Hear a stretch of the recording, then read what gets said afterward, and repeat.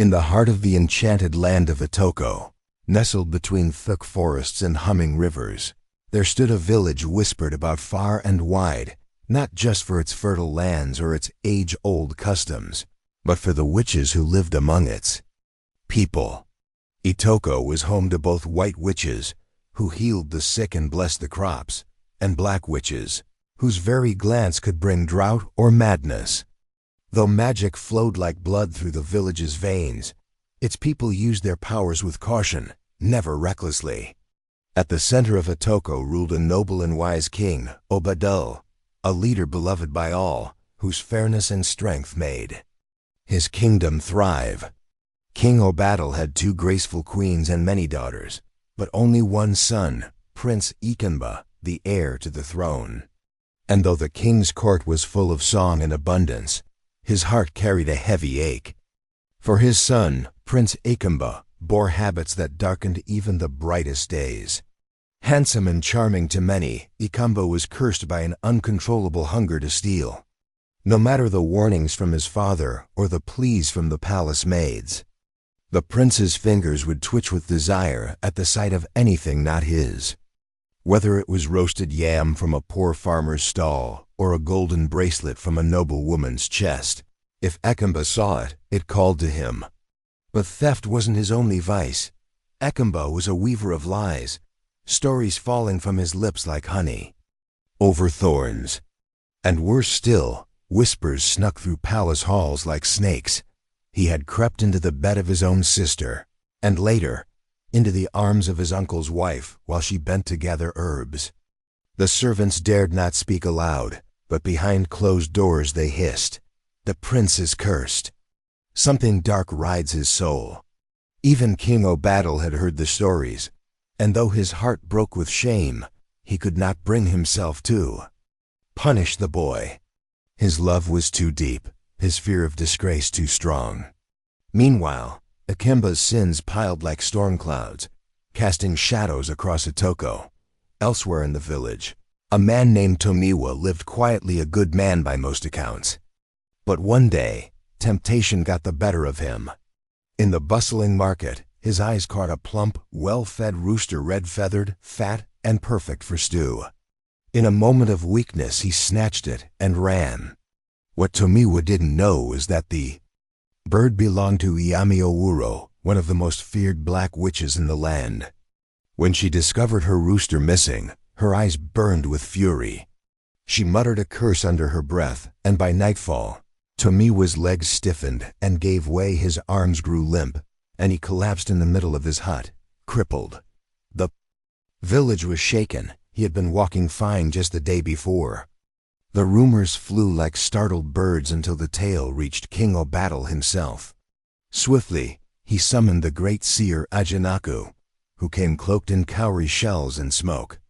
With chants and sacred markings, the curse was broken, but not without cost. The rooster was returned with gifts from the royal household to appease the witch. That evening, King Obadul summoned Ikemba and looked into his eyes with the weight of a father's final warning. "My son," he said solemnly, "there are some in this land you must never cross, especially witches. Did you see what became of Tomiwa? Do you want to share his fate?" Ikemba nodded slowly, but his mind wandered elsewhere. His hands, they could not help themselves. Soon after, the villagers of Itoko began to notice strange happenings. Goats, tethered near their huts, vanished in the night.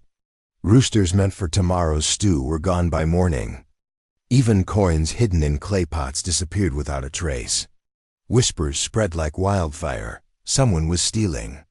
Again and again, the angry villagers marched to the palace gates. "Your Majesty," they cried, "my goat is gone." One stole. "My rooster," one woman wailed.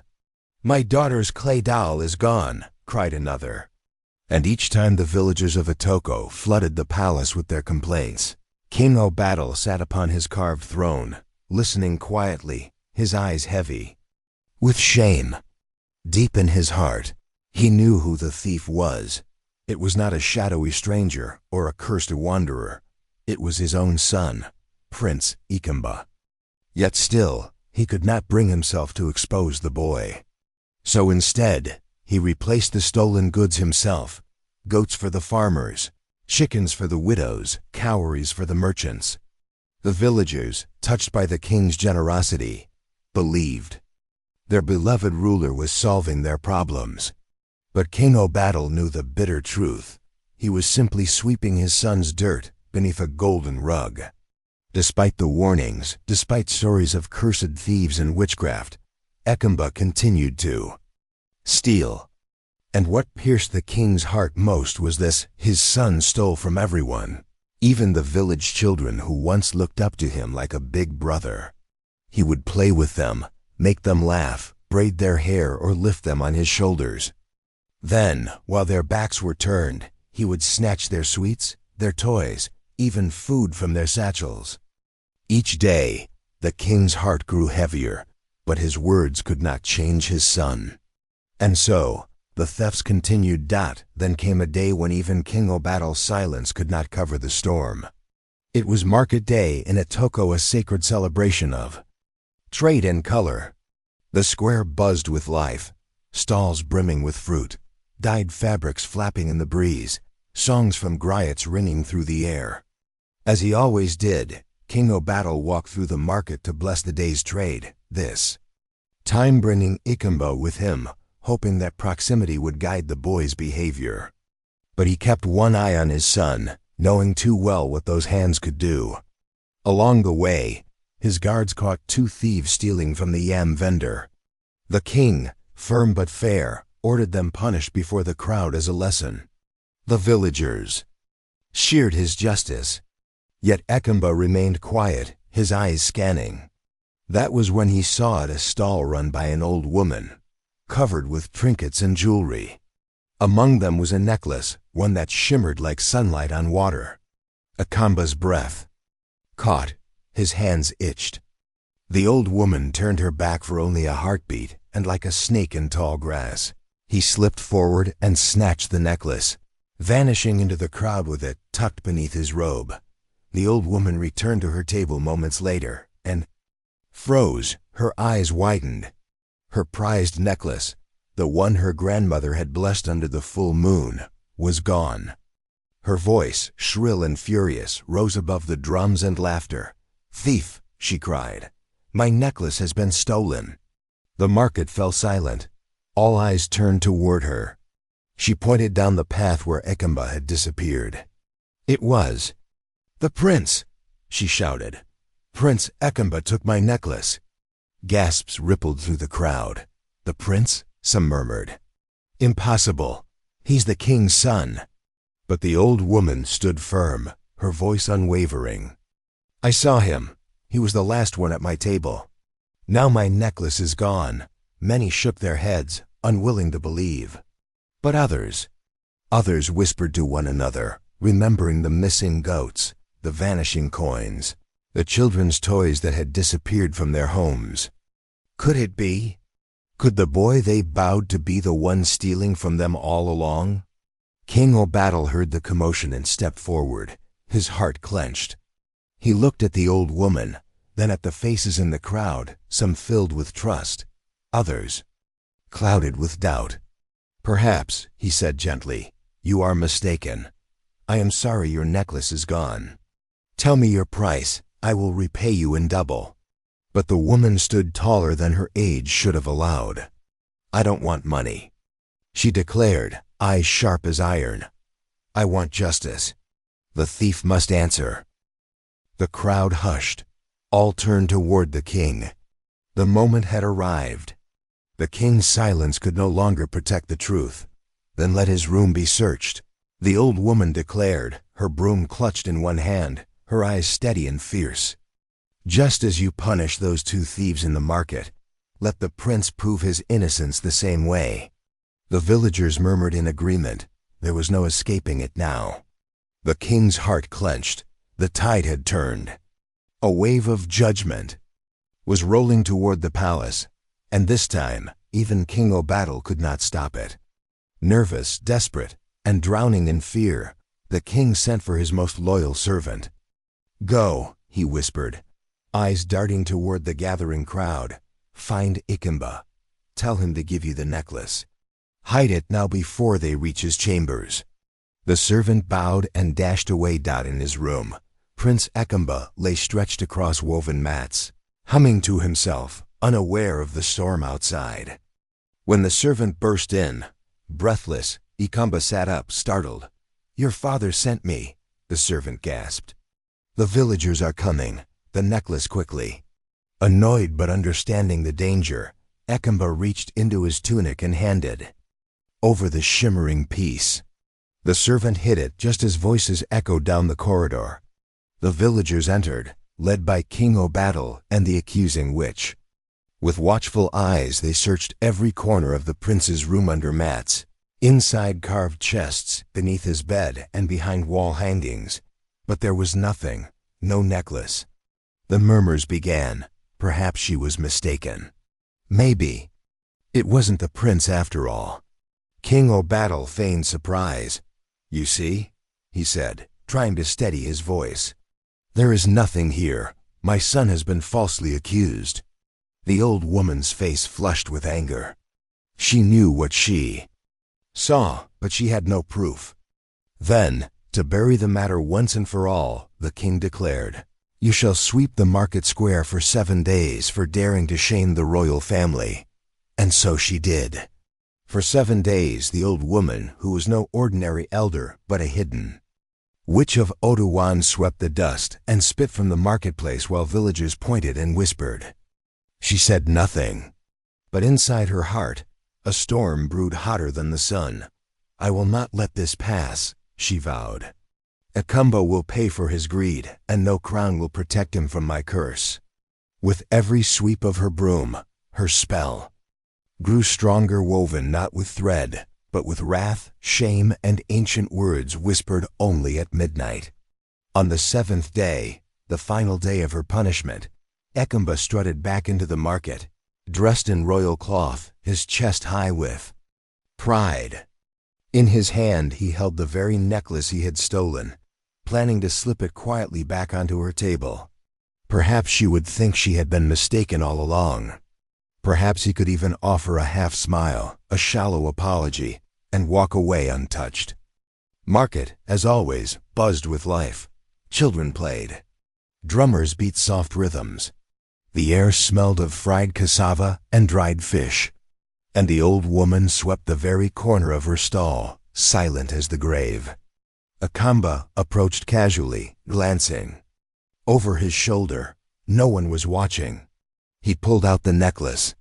But before he could lower it onto the table, his body convulsed.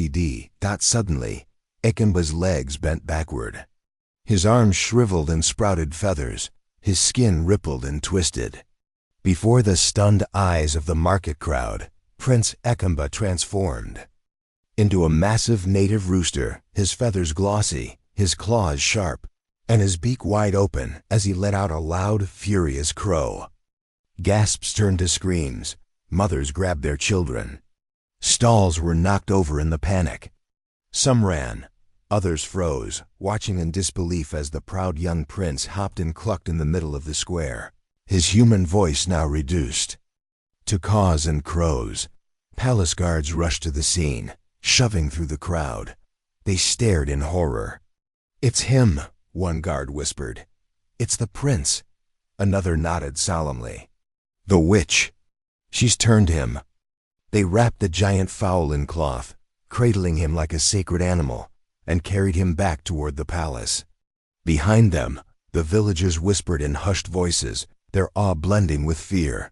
News spread faster than wind. Prince Ikemba, the only son of the great King O'Battle, had been cursed in broad daylight, in front of the entire kingdom, for all to witness. The market day that began with joy ended in chaos. And back in the palace, the king sat hunched on his throne, grief pressed into every wrinkle of his face. His only son, his pride, his shame was now a crowing fowl, pacing restlessly in a locked chamber. And the kingdom held its breath, waiting to see what would happen next. No longer a prince, no longer a man, Akamba stood in the center of the palace courtyard, now a massive crowing fowl. Panic and whispers surged like floodwaters through the palace halls. Servants clutched their mouths.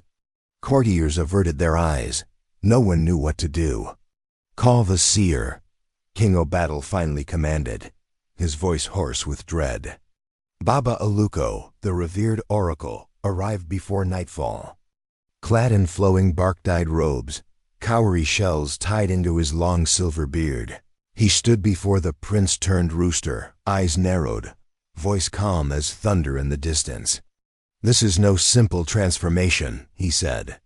"This is the work of a black witch, a curse, thick with grief and justice.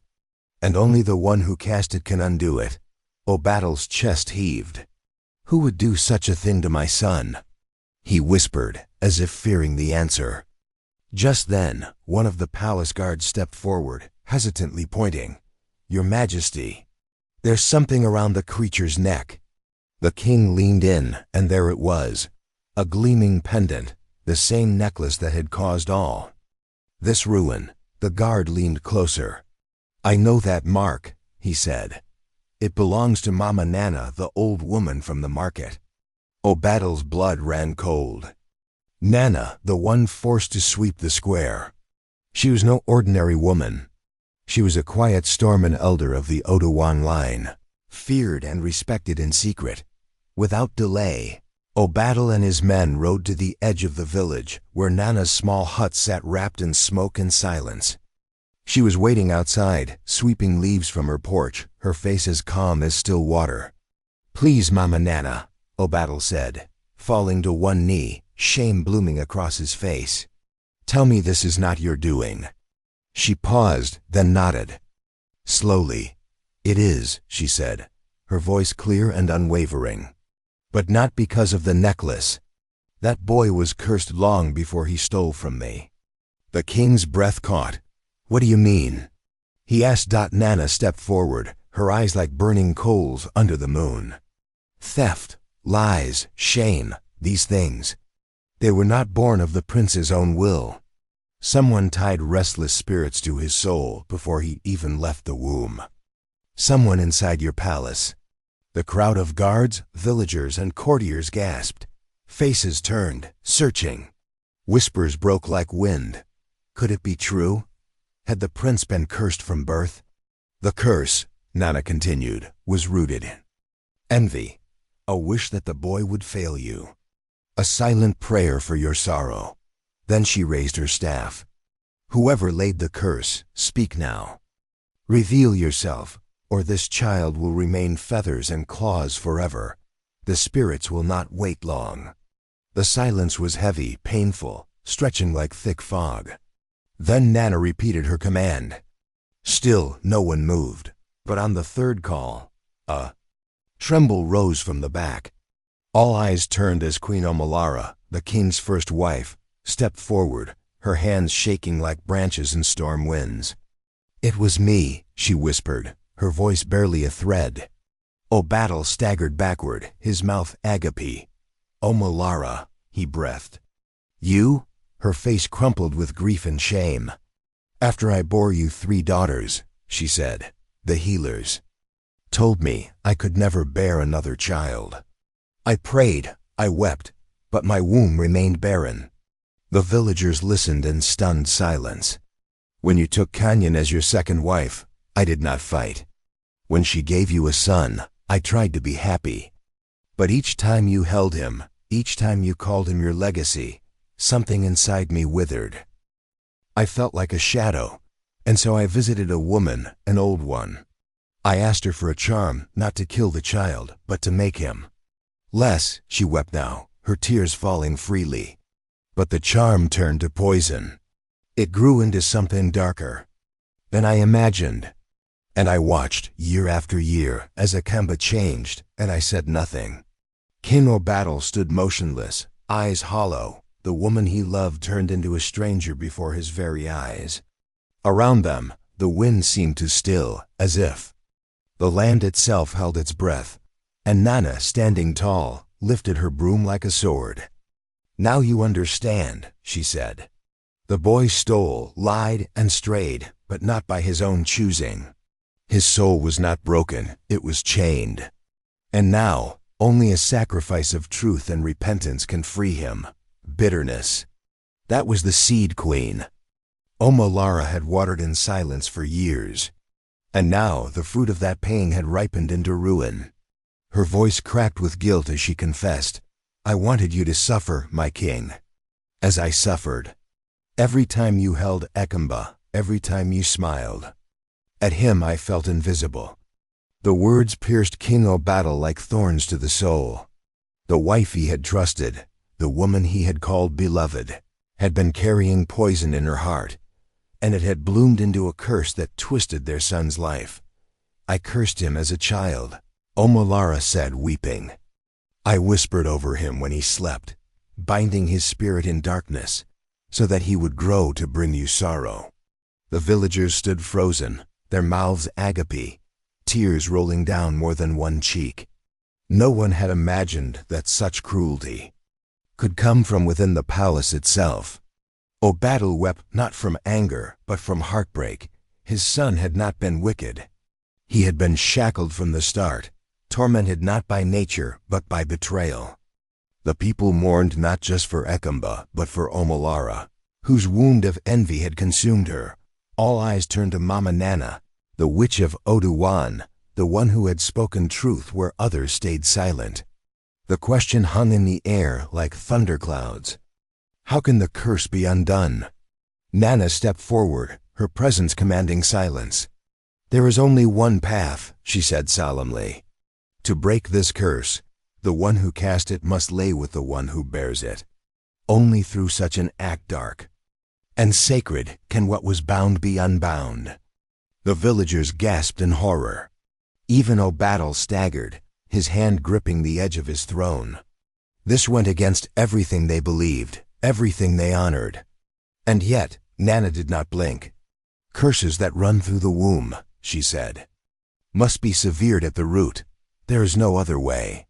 For hours the king sat in silence, the palace cloaked in dread.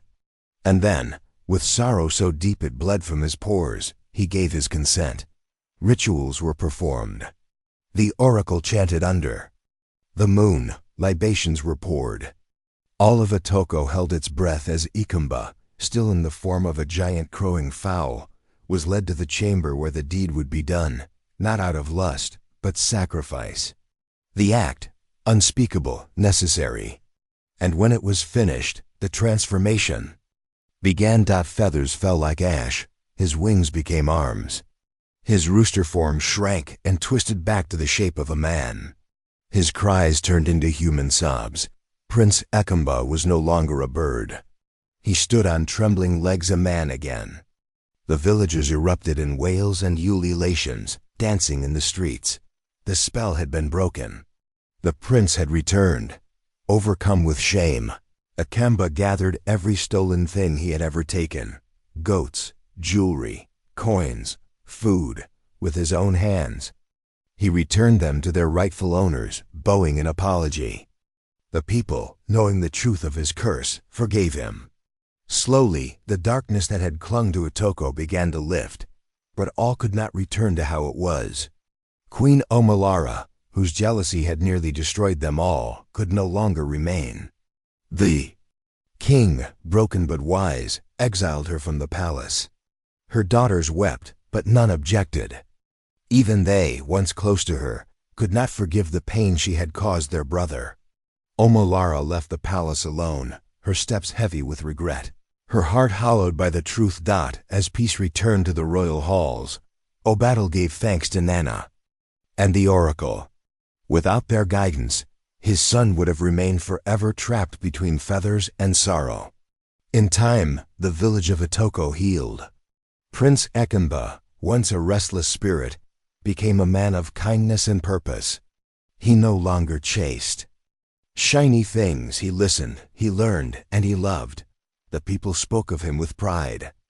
Not as the thief, not as the foul, but as the prince who rose from ruin. And for generations, the story of the boy who turned into a rooster was told in song and firelight, not just as a tale of magic, but as a warning, Jealousy planted in silence will grow to poison everyone it touches. But forgiveness, though costly, holds the power to cleanse even the darkest spell.